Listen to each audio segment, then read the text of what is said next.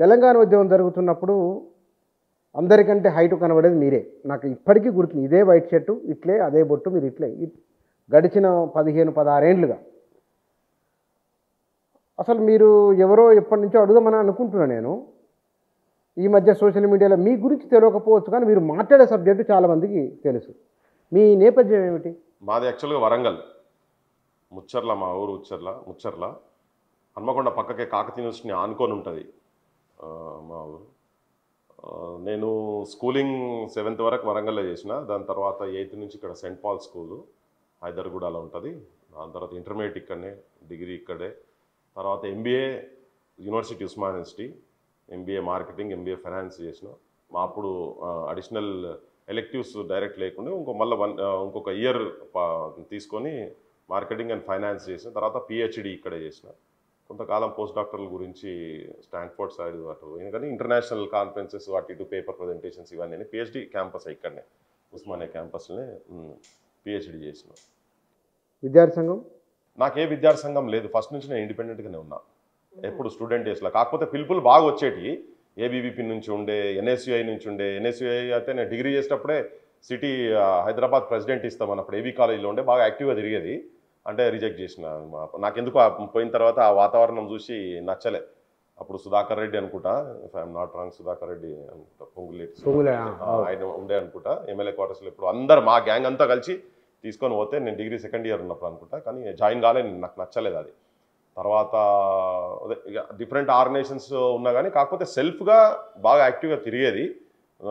యూనివర్సిటీలో ఉన్నప్పుడు first student organisation 2001లో కేసీఆర్ను డిఫర్ అయ్యి, కేసీఆర్ విద్యార్థి ఆర్గనైజేషన్ వద్దు, విద్యార్థులు అంటే రక్త బొట్టు నేల మీద చిందించకుండా, ఒక లాఠీ దెబ్బ కూడా ఎవరి మీద పడకుండా తెలంగాణ తీసుకొస్తా అనే పంతా ఆయన ఉన్న కాబట్టి, విద్యార్థులు ఉంటే ఇది వైలెన్స్కు దారి తీస్తుంది అనే పంతా ఆయనది ఉండే. సో ఇది కాదు, విద్యార్థులు లేని మూమెంటే లేదని చెప్పని మేము బిలీవ్ చేసినాం. సో అప్పుడు నేను ఆయనతో డిఫర్ అయ్యి బయటకు వచ్చేసి నేను 2001లోనే, అంటే TRS వాళ్ళ ఆర్గనైజేషన్ పెట్టక ముందే ఫస్ట్ స్టూడెంట్ ఆర్గనైజేషన్ తెలంగాణలో ఆఫ్టర్ 69 మూవ్మెంట్ అనుకోరాదు, ఆల్మోస్ట్ ఒక యాక్టివ్గా తిరిగినటువంటి ఆర్గనైజేషన్ తెలంగాణ రాష్ట్ర విద్యార్థి సమితి అని 2001లో ఎస్టాబ్లిష్ చేసి మేము డిఫరెంట్ యూనివర్సిటీస్ అప్పుడు 2 ఇవే ఉండే, HCU కావచ్చు, డిఫరెంట్ యూనివర్సిటీస్ అంతా తిరిగి, కాలేజెస్ తిరిగి, మీటింగ్స్ పెట్టి, జిల్లాలలో పోయి, అది బాగా ఫ్లేరప్ అవుతున్న క్రమంలో ఆయన కావాలని దీన్ని డిస్టర్బ్ చేసేందుకు తను అప్పుడు మళ్ళీ ఈ పృథ్వీరాజ్ ఈ ఆర్గనైజేషన్ తీసుకునేటో పోతున్నాడు అని చెప్పనే ఆలోచనతో ఒక 68 మందితోని ఒక ఆర్గనైజేషన్ పెట్టిండు కేసీఆర్. మా దాంట్లో ఉన్న నా ఒక్కని పేరు తీసేసి మిగతా వాళ్ళందరినీ పెట్టి కేసీఆర్ ఆర్గనైజేషన్ పెట్టిన తర్వాత పృథ్వీరాజ్ ఎంబడి ఎవరు పోతారని అనుకున్నారు. కానీ అప్పుడు ఇక 2 DCMలతోటి యూనివర్సిటీకి వెళ్ళొచ్చి జలదృశ్యం మీద దాడి చేసి ఆ జలదృశ్యం ఆఫీస్ అంతా మొత్తం పలగొట్టినాం. అప్పుడు ఈ దరువెల్లన్న వీళ్ళందరూ అప్పుడు ఉండే దాంట్లో నా ఆర్గనైజేషన్లో ఉండే, విఠల్ కావచ్చు, దరువంజన్న, వీళ్ళంతా ఈ ఆర్గనైజేషన్లో ఉండే. సో పెద్ద అంటే అప్పుడు మేము అన్నది ఏంటంటే, మేము నువ్వు కాదు అన్నావు, మా ఆర్గనైజేషన్ మేము పెట్టుకొని రన్ చేస్తుంటే మమ్మల్ని ఎందుకు విడగొట్టాలనే ఆలోచన చేసి మా కమిటీలో పృథ్వీరాజ్ పేరు ఒక్కరు తీసేసి మీదంతా పెట్టి నువ్వు అనౌన్స్ చేస్తే మీ ఎంబడి మేమెందుకు వస్తామో, నీ తోలు డప్పు చేసి కొడతాం కేసీఆర్, నువ్వేమనుకుంటున్నావా అని జరిగింది. దానికి సాక్ష్యం చాలామంది ఇవాళ ఉన్న మధుసూనాచారి కూడా ఉండే, సురేందర్ రెడ్డి అని అంతకుముందు ఎక్స్-మినిస్టర్ ఉండే, ఆయన కూడా ఆ రోజు దాడి జరిగిన రోజు ఉండే. కానీ దుర్మార్గం ఏంటంటే, తెలంగాణ చరిత్ర పుస్తకాలలో రాసింది ఏంటంటే ఆంధ్ర గుండాలు దాడి చేసిరని చెప్పని రాసిన చరిత్ర పుస్తకాలలో. ఇవన్నీ చరిత్రలో తిరిగి రాసేది చాలా ఉన్నాయి అటువంటిది. So first organization. దాని తర్వాత దరువు ఒక సాంస్కృతిక రూపంగా దాన్ని తీసుకొని పోయినాం. తెలంగాణ రాష్ట్ర యువజన విద్యార్థి సంఘటన అని పెట్టినాం. నేను యూనివర్సిటీకి వెళ్ళి బయటకు వచ్చిన తర్వాత క్రాంతిదల్, తెలంగాణ క్రాంతిదల్ అనే దాంతో మళ్ళీ వర్క్ చేసుకుంటూ వచ్చినాం. ఈ నేపథ్యంలో నేను చాలా అంటే స్టూడెంట్ భావజాల వ్యాప్తి చేసే దాని విషయంలో చాలా కింద గ్రాస్ రూట్స్ లెవెల్లో కూడా, గ్రామాలలో కూడా పోయి మేము బాగా తిరిగేది. అవి చాలా ఉన్నాయి. చాలా కొన్ని ఊర్లలో పోయి టీమ్స్, కల్చరల్ టీమ్స్గా పోయి, తర్వాత గదరన్నతో కావచ్చు, డిఫరెంట్ మూమెంట్స్లో, ఈవెన్ విమలక్క తోటి కావచ్చు. కానీ నేను ఎన్నడూ వాళ్ళతోని ప్రజా ఫ్రంట్లో లేను, యునైటెడ్ ఫ్రంట్లో లేను, సభ్యత్వం. ఎందుకంటే ఇప్పుడు పంతాలలో కొంత డిఫరెన్స్ వచ్చేది. వాళ్ళేమో ఓట్లు బహిష్కరించారు, నేను అనేది ఓట్లు కంపల్సరీ, ఓట్లు లేకుండా ఎట్లా ఉంటుంది. కాకపోతే తెలంగాణ వచ్చే వరకు ఓట్ల చుట్టూ తిరగొద్దు అనేది ఉండే. ఉద్యమాలతోనే తెలంగాణ వస్తుంది. రాజకీయ పార్టీలు, రాజకీయాలతోని తెలంగాణ వాదుల మధ్యలో విభేదాలు తీసుకొచ్చే ఆలోచన జరుగుతూ ఉన్నది కనుక అటు సైడ్ కాకుండా మూమెంట్స్తోనే తెలంగాణ వస్తుందని మాత్రం ఉండే. కానీ ఓటుకు వ్యతిరేకంగా లేకుండే. సో వీటన్నిటిలో ఓటును వ్యతిరేకించేటువంటి వాళ్ళు ఉండే కాబట్టి దాని ప్రభావం మా బోటల మీద, ఉద్యమం మీద కూడా అప్పుడు పోలీసు వాళ్ళు ఉట్టిగానే పట్టుకొని లోపడేసేది, కేసులు పెట్టేది, ఇవన్నీ జరిగేవి. సో అట్లుండే. మేము ఫస్ట్ యూనివర్సిటీలో తెలంగాణ తిరిగే టైంలో 360 మంది చచ్చిపోయిన తర్వాత తెలంగాణ రాలేదు. మీరేం తిరుగుతున్నారా టైం వేస్ట్ అని చెప్పి చాలా అవహేళన చేసి చాలామంది మాట్లాడేది కొంతమంది. అంటే అంత పిచ్చోళ్ళు ఉన్నారు మీరు అంటే సరే కానీ పిచ్చోళ్ళ సంఘం అనే పెట్టినాం. ఫస్ట్ మేము పిచ్చోళ్ళ సంఘం అనేది తిరిగేది మా ఊరే పిచ్చోళ్ళు తెలంగాణ పిచ్చోళ్ళు అనేది అప్పుడు.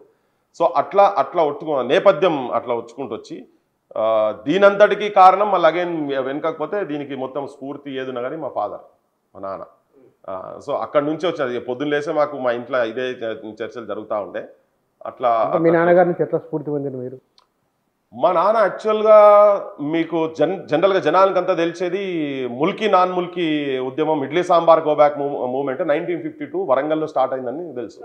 ఓకే, సో ఈ మూమెంట్కు అసలు ఈ ఉద్యమాన్ని మొదలుపెట్టిన దాంట్లో ప్రధాన భూమిక వహించినటువంటిది మా నాన్న ముచ్చర్ల సత్యనారాయణ గారు.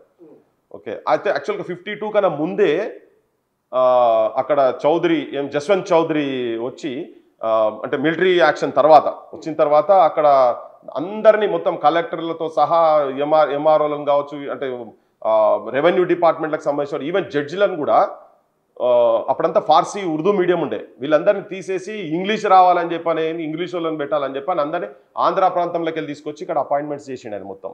అప్పుడు మొట్టమొదటి తిరుగుబాటు జరిగింది. ఈయన స్టూడెంట్ డేస్లో ఉన్నప్పటి నుంచి ఈయనప్పుడు జూనియర్ కాలేజ్ ప్రెసిడెంట్ ఉండే. అక్కడ ఒక టీచర్ను వెంకటరెడ్డి అని ఒక టీచర్ను సస్పెండ్ చేస్తారు అక్కడ డిస్ట్రిక్ట్ ఎడ్యుకేషన్ ఆఫీసర్గా ఉండే. సో ఆయన ఆంధ్ర ఉండే.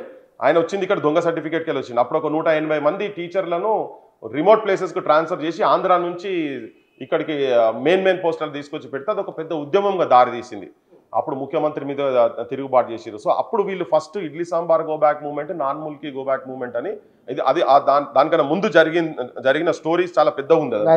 సో 52కు దారి తీసింది ఇది. ఆర్ఎల్ఈ బుచ్చయ్య గారు ముచ్చల సత్యనారాయణ గారు వీళ్ళంతా కలిసి మొదలుపెట్టినటువంటి దాన్ని. దాని తర్వాత 54లో ఎప్పుడైతే తెలంగాణ ఆంధ్ర కలపాలంటే ఫజల్ అలీ కమిషన్ వచ్చిన తర్వాత ఎప్పుడైతే భాషా ప్రయుక్త రాష్ట్రాల పేరు మీద దేశం మొత్తం తిరుగుతున్న క్రమంలో ఈయన ఫస్ట్ 1954-55 ఆ ప్రాంతంలో ఈ రెండు కలపొద్దు, ఆంధ్ర ప్రాంతం మద్రాసు నుంచి విడిపోయినటువంటి ఆంధ్ర ప్రాంతంను తర్వాత హైదరాబాద్ స్టేట్ను కలిపితే మోసం జరుగుతుంది అనేది ఆయన అప్పుడే పసిగట్టు. ఎందుకంటే అంతకుముందు అనుభవాలు ఉన్నాయి కాబట్టి.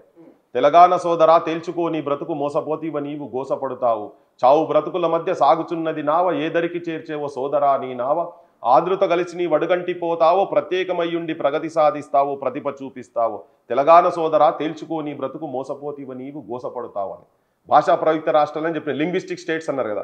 భాష ఒకటి ఉంటేమి బ్రతుకు ఒకటి ఉండాలి, గోంగూర పచ్చడిని కొరదొయ్యి మన జిహ్వ కాళ్ళు చెప్పులు లేక కదలదొయ్యి అడుగైన నిండు దుస్తులు లేక ఉండలేమోయి మనము, తెలంగాణ సోదరా తేల్చుకో నీ బ్రతుకు మోసపోతీవ నీవు గోసపడతావు అని. ఇప్పుడు ఆంధ్రాలో హ్యూమిడ్ ఉంటుంది కదా బాగా, సముద్ర తీర ప్రాంతం కనుక వాళ్ళు బట్టలు వేసుకోకపోయేది, చెప్పులు ఉండకపోయేది, వాళ్ళకు ట్రైన్లలో వస్తే కూడా అట్నే వచ్చేదని. ఇక్కడ మాత్రం మనం ఫుల్ డ్రెస్డ్ ఉండేది. ఇది నైజామీ కనుక షేర్వాణి గీర్వాణి అన్ని ఇవన్నీ ఈ ప్రాంతంలో ఉండేది. అట్లా ఆయన ఫస్టే చెప్పిండు. ఎందుకు కొంతమంది మరి ఇక్కడోళ్ళు అక్కడోళ్ళు అంతా కలిసి చేస్తున్నారు కదా. కమ్యూనిస్టులు కూడా అప్పుడు విశాలాంధ్రలో ప్రజారాజ్యం అని కాళోజీ నారాయణరావు ఇటువంటి వాళ్ళంతా వీళ్ళంతా కూడా సమైక్యవాదులే వీళ్ళప్పుడు తొలి దశలు అంతే కదా. వీళ్ళు ఈవెన్ కొండా లక్ష్మణ్ బాపూజీ కూడా సమైక్యవాదే. వీళ్ళందరూ సభలు పెట్టి తిరిగిండ్రు, లేదు మనం కలిసి ఉండాలని. ఆ టైంలో సామ్యవాదులు కూడా స్వార్థపరులైనారు, అధికార దాహంతో అందులే అయినారు, నీతి లేని రాజ నీతి వారిది చూడు, ప్రజల పాడు చేసి బ్రతకగలిగినాళ్ళు అని చెప్పి రాసిండప్పుడే. బూర్గుల్ రామకిషన్ రావు, అక్కడ టంగుటూరి ప్రకాశం పంతులు వీళ్ళందరూ కలిసి వీళ్ళు ఇక్కడ బాపనోళ్ళు అక్కడ బాపనోళ్ళు మనం కలిస్తే ఇక్కడ రెడ్ల మీద పెత్తనం చేయొచ్చు, రెండు కలిస్తే మనదే అధికారం ఉంటుందని ఒక దురాలోచనతో చేస్తే రాజు బుర్గుల వారి రంకుతనమే ఇంత, సంఘ బహిష్కృతుల స్వార్థమే ఇది అంత, కుల రాజకీయాల కుట్రయే ఇది అంత అని ప్రశ్నించాను. ఇది నేను చెప్పేది 94-95లో ముచ్చట చెప్తున్నాను నేను. అప్పటిది 54-55 ముచ్చట అప్పటి రెండు తెలుగు రాష్ట్రాలు అప్పుడు రెండు సపరేట్ ఉండే. అప్పుడు సపరేట్నే కలపాలని వీళ్ళందరూ చేస్తుంటే అప్పుడు కలపొద్దని చెప్పని ప్రశ్నించిండు, వాయిస్ వినిపించిండు చాలా. అందులో ఒక చరణం ఉంటుంది. యాక్చువల్గా ఏంటంటే రజాకారులు వచ్చి పల్లెల మీద దాడి చేస్తున్నారు, గూండాలు వచ్చి ప్రజల పల్లెల మీద దాడి చేసుకుంటా, అరాచకాలు చేసుకుంటా, అత్యాచారాలు చేసుకుంటా, ఆడవాళ్ళను బతుకమ్మలు ఆడించుకునే స్థాయిలో ఉన్నప్పుడు ఇక్కడ నుంచి అన్నమో రామచంద్ర అని ఆపదల మమ్మల్ని బతకనియండి, మాకు ఇంత నీడ చూపియండి అని చెప్పని ఉత్తర తెలంగాణలో నార్త్ సైడ్ మహారాష్ట్ర అటు ఇటు పోయినరు, కొంతమంది కర్ణాటక సైడ్ పోయినరు. ఈ కిందున్నోళ్ళు వరంగల్ ఖమ్మం ఇటు ఈ ప్రాంతంలో ఉన్నటువంటి వాళ్ళు, నల్గొండ ఈ ప్రాంతంలో ఉన్నటువంటి వాళ్ళు ఆంధ్ర సైడ్ పోయినరు. ఆంధ్ర సైడ్ పోతే ఇండ్ల కిరాయిలు పెంచారు. వీళ్ళు వచ్చారు కదా మనకు పండుగ అని చెప్పని ఇండ్ల కిరాయిలు పెంచారు, కులగార కిరాయిలు పెంచారు, ఇది అంటే దోసుకునుడే ఆల్మోస్ట్ అక్కడ పోయిన వాళ్ళు. ఆ అనుభవాలు వరంగల్లో ఉన్నటువంటి వాళ్ళే చాలా ఉంటే ఆ అనుభవాలతో కూడిన దాంతో ఉంటుంది. ఆనాడు మనవారు ఆపదల పాలయ్యి ఆశ్రయం మిమ్మంటూ ఆగానబోయితే పండుగని మనల పిండినారే వారు నైజాం మూర్ఖులని నవ్వినారే నాడు ఆనాడు మాతృభాష అగుపించలేదేమి ముక్కోటి బల్గమని తొక్కటం లేదేమి. ముక్కోటి బల్గమని మోసగిస్తారు, మాతృభాష ఒకటంటూ మాయ చేస్తారు, స్వార్థానికి ఎంతైనా సంతోష పెడతారు, నక్క జిత్తుల నమ్మి చిక్కకోయి వాళ్ళలోన తెలంగాణ సోదరా తేల్చుకొని బ్రతుకు మోసపోతే ఇవన్నీ గోసపడతావని ఇది నేను చెప్పేది 54-55లో రాసిన కల్పన. ఆంధ్రప్రదేశ్ ఏర్పడడానికి ముందు ఇది నేను ఆంధ్రప్రదేశ్ ఒక ద్రష్ట లెక్క ఏం జరగబోతున్నది అని చెప్పి మొదలే అది రాసిన. అది మా ఇంట్లో పుట్టి తెలంగాణ కరెక్ట్ చెప్పాలంటే మా ఇంట్లో ప్రధానంగా పుట్టింది ఉద్యమం.